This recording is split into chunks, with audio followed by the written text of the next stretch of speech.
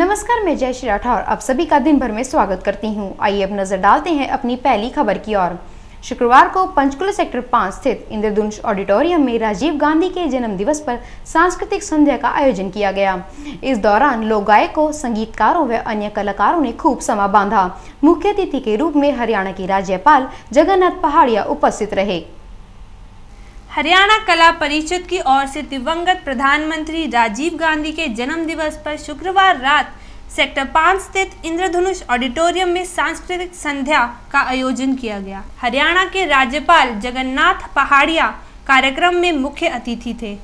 कार्यक्रम में राज्य के विभिन्न शहरों से करीब 200 कलाकारों ने प्रस्तुति दी। राज्यपाल ने लोक संस्कृति से जुड़े इन कलाकारों को राज्यपाल फंड से 1 लाख रुपए देने की घोषणा की। उन्होंने कहा कि लोक संस्कृति अमूल्य धरोहर है। राजीव गांधी ने भी गांव के हितों के लिए पंचायती राज व्यवस्था को बढ़ावा दिया था।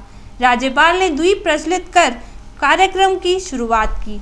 विभिन्न कलाकारों ने अपनी शानदार प्रस्तुति से दर्शकों को बांधे रखा। बारिश के बावजूद इंद्रधनुष ने बड़ी संख्या में दर्शक पहुंचे।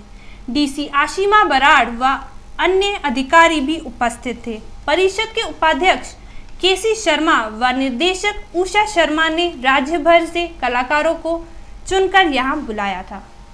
आज क्योंकि राजीव गांधी जी का जन्मदिन है, हम सभी मिलकर मना रहे हैं और इसमें हमारे चीफ गेस्ट गवर्नर साहब हैं और हम इसमें हरियाणा के फोक आर्टिस्ट जो बिल्कुल ज़मीन से जुड़े हुए फोक आर्टिस्ट, गरीब आर्टिस्ट हैं, जैसे जोगी है, सारंगी पर बीन है और डेरू है जो गुगा पीर की गाथा गाते हैं। ये एक एक दो तो सभी लोग देखते हैं। हमने 20-20, 25-25 लोग बुलाए हैं और जब ये एक साथ बजाएंगे तो बहुत ही अच्छा रहेगा। और हमने हरियाणा के हर कोने से आर्टिस्ट बुलाए हैं। जैसे ब्रिज से हमने रसिया गायन और ब्रिज रास जो है मानी हुई है कि कृष्ण रास जो होती है वो मंगाई है, उसके डांस होंगे। बाकी हमारे हरियाणा के फोक डांसेस और फोक सिंगिंग यानी कि रागनियाँ तो होगी ही। तो ये सारा मिला के 2 घंटे का प्रोग्राम है और राजीव गांधी जी ने ही जो फोक आर्टिस्ट हैं उनको बढ़ावा देने के लिए 7 जोन शुरू किए थे। तो एक तरह से हम ये एक उत्सव भी है, राजीव गांधी जी के जन्मदिन को उत्सव के रूप में भी मनाया जाता है और उनको श्रद्धांजलि भी हो जाती है, दोनों चीज़। चंडीगढ़ में भारतीय जनता पार्टी ने 21 अगस्त को कश्मीर बचाओ दिवस मनाने का निर्णय लिया है। भारतीय जनता पार्टी के महासचिव जगत प्रकाश ने कश्मीर बचाओ दिवस के अवसर पर भाजपा कार्यालय में एक पत्रकार वार्ता को संबोधित किया। भारतीय जनता पार्टी के राष्ट्रीय महासचिव जगत प्रकाश ने कश्मीर बचाओ दिवस के अवसर पर भाजपा कार्यालय कमलम में एक पत्रकार वार्ता को संबोधित किया। जगत प्रकाश ने कहा कि आज 21 अगस्त को भारतीय जनता पार्टी ने कश्मीर बचाओ दिवस के रूप में मनाने का निर्णय लिया है। सभी प्रदेशों में कश्मीर समस्या पर ध्यान आकृष्ट करने की दृष्टि से कार्यकर्ताओं के माध्यम से इस विषय को लोगों के बीच तक ले जाने का निर्णय लिया गया है। उन्होंने कहा कि जम्मू कश्मीर की विस्फोटक स्थिति से पूरा देश काफी चिंतित है। वहां शांति व्यवस्था को तुरंत बहाल करने और पाक समर्थित आतंकवादियों के साथ सख्ती से निपटने की तत्काल आवश्यकता है।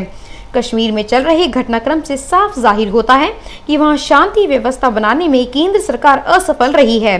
लोग केंद्र की ओर से इस समस्या के समाधान की आस लगाए बैठा है, वहीं केंद्र इस मामले में बेबस नजर आ रहा है। प्रधानमंत्री द्वारा बुलाई गई सर्वदलीय बैठक में उनके द्वारा जम्मू कश्मीर की जनता से शांति बहाल करने की उनकी अपील का हम स्वागत करते हैं। कश्मीर के मौजूदा हालात केंद्र सरकार की नाकामी का परिणाम है। बड़ी प्रतिकूल जा रही है।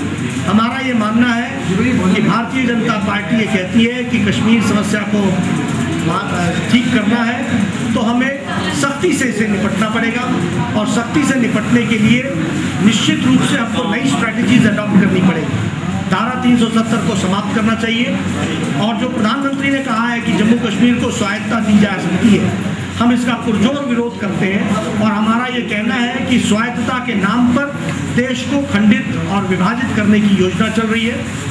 प्रधानमंत्री को इस तरीके के वक्तव्य नहीं देने चाहिए और साथ ही साथ इस तरीके की एक्टिविटी को हम कभी भी सफल नहीं होने देंगे, ये हमारा कहना है। प्रदेश सरकारों को ज़्यादा से ज़्यादा ताकत मिले, ये हमारा मानना है। ताकतों का और अधिकारों का विकेंद्रीकरण हो, ये भी हम मानते हैं, लेकिन इसके साथ साथ हमारा ये स्पष्ट रूप से कहना है कि किसी भी तरीके से स्वायत्तता के विषय को आगे बढ़ाना इस देश के लिए खतरा है। उन्होंने कहा कि इतिहास साक्षी है कि सन 2000 में अटल बिहारी वाजपेयी के नेतृत्व वाली सरकार ने आने वाले घटक नेशनल कॉन्फ्रेंस की स्वायत्ता समिति की रिपोर्ट मंजूर कर केंद्र के पास लागू करने के लिए भेजी थी। हम स्वायत्ता के नाम पर भारत विरोधी षड्यंत्रों को सफल नहीं होने देंगे। मैं सरकार से मांग करता हूं कि कश्मीर घाटी में तुरंत शांति बहाल करने हेतु कदम उठाए जाएं और पाक समर्थित आतंकवादियों को सख्ती से कुचला जाए। साथ ही धारा 370 को समाप्त करने की घोषणा कर जम्मू कश्मीर के भारत के साथ विलय की सार्वजनिक घोषणा की जाए। ब्यूरो रिपोर्ट दिन भर।